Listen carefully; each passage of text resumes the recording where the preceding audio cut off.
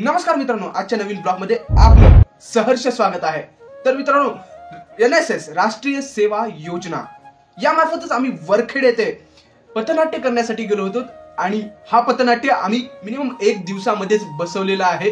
तर NSS च्या माध्यमातून आम्हाला हा पथनाट्य करण्याची संधी मिळाली आणि NSS चा लास्ट दिवस होता आणि सोबतच आम्ही खूप सारी मजा केली। आणि हा पथनाट्य आपल्याला कसं वाटलं नक्की कमेंट सेक्शन मध्ये सांगायला विसरू नका। लाईक करा, सबस्क्राइब करा, आपल्या मित्रांबरोबर जरूर शेअर करा।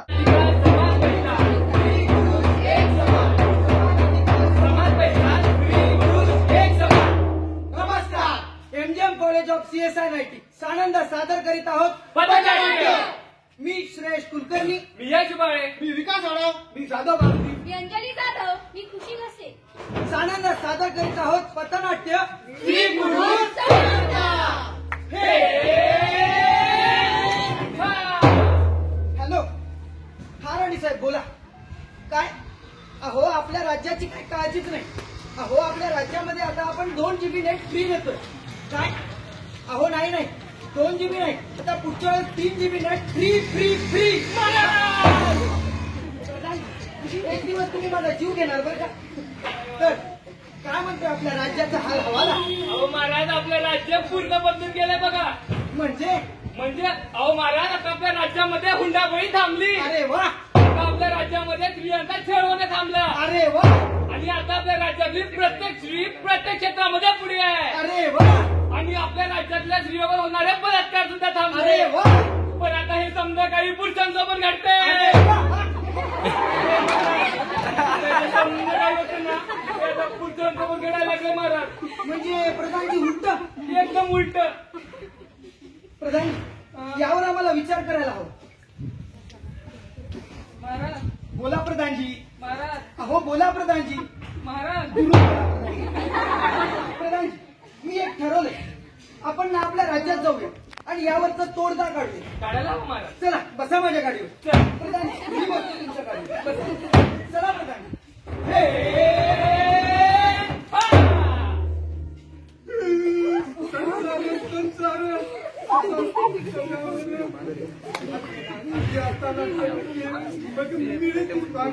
अरे भांडे घासून झाली ना, लगेच ते कपडे धुवायला घे। आणि काय रे, पण भाजीमध्ये पीठ का कमी होतं? सांगून ठेवते, येईपर्यंत सगळं स्वयंपाक करून ठेवायचा। आणि हो, तिथे उतरायचं नाही मी घरी नाहीये म्हणून। आणि हो, भाजी आणायला जाताना तोंडाला बांधून द्यायचं आणि हे सकाळी लक्षात ठेवायचं। महाराज आपल्या राज्याची अवस्था खूप बिकट होत चालली। होय महाराज। आपल्या प्रजेला काय काय सहन करावं लागतं। आपली प्रजा खळबळून गेली। राणी साहेबांनी तुमच्याकडून फक्त भांडे घासून घेतात। याला तर समजूत करावं लागते। प्रधानजी घरच्या गोष्टी इथं काढत जाऊ नका बरं। प्रधानजी आता मी एक ठरवलंय, आता मी काय करणार, आता मी जाणार आपल्या राज्यावर आणि तिथं जाऊन विचार करणार या गोष्टीवर। मी जातो। महाराज अहो आता तर गाव झालंय, अजून चावडी तर बाकीच आहे। चावडी राहिलीच का? राहिली। चला मग चावडीवर। बसा मग गाडीवर। चला।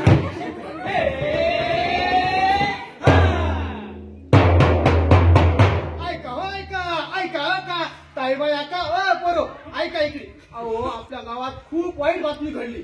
ती काय, ती हुंडाबळीमुळे एका छळ करून त्यानं आत्महत्याच केली। हो आत्महत्या केली। तर चला आपली सरपंच बाई चावडीवर बसली आहे, तर तिच्याकडे जाऊ। चला एका पोराचा बाप अहो हुंडा नाही दिला म्हणून त्याच्या पोराला पोरीकडे 2 दिवस छेडलं। हो पोरीनं पट्ट्यानं मारलेला, पट्ट्यानं।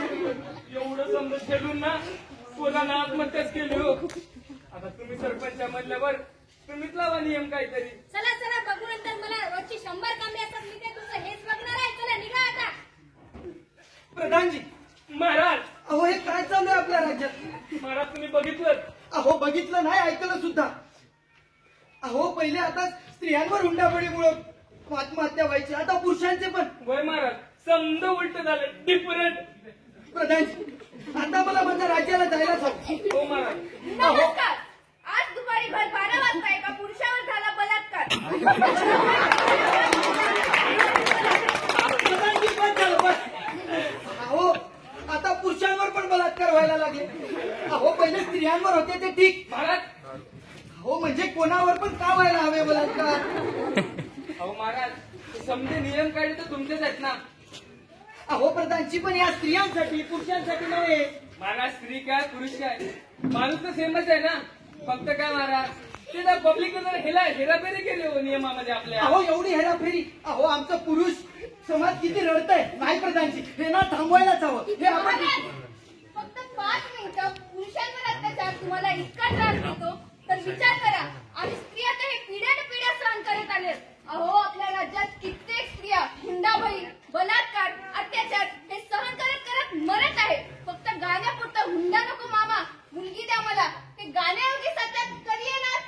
5 वर्षापासून ते 85 वर्षाच्या महिन्यापर्यंत बलात्कार होत आहे. हे कधी थांबणार? आम्ही स्त्रिया प्रगती तर करत आहे, पण आताही आम्ही तुमचे गुलामच आहे. वेळेचे गुलाम, नियमाचे गुलाम, या सर्व समाजाचे गुलाम. हे कधी थांबणार? अहो एक महिला देशाची पंतप्रधान बनते, आयएस बनते, पीएसआय बनते, तर तसं नव्हे तर राष्ट्रपती सुद्धा बनते. पण एका घरची स्वतःच्या घरची करता करता का नाही बनू शकत?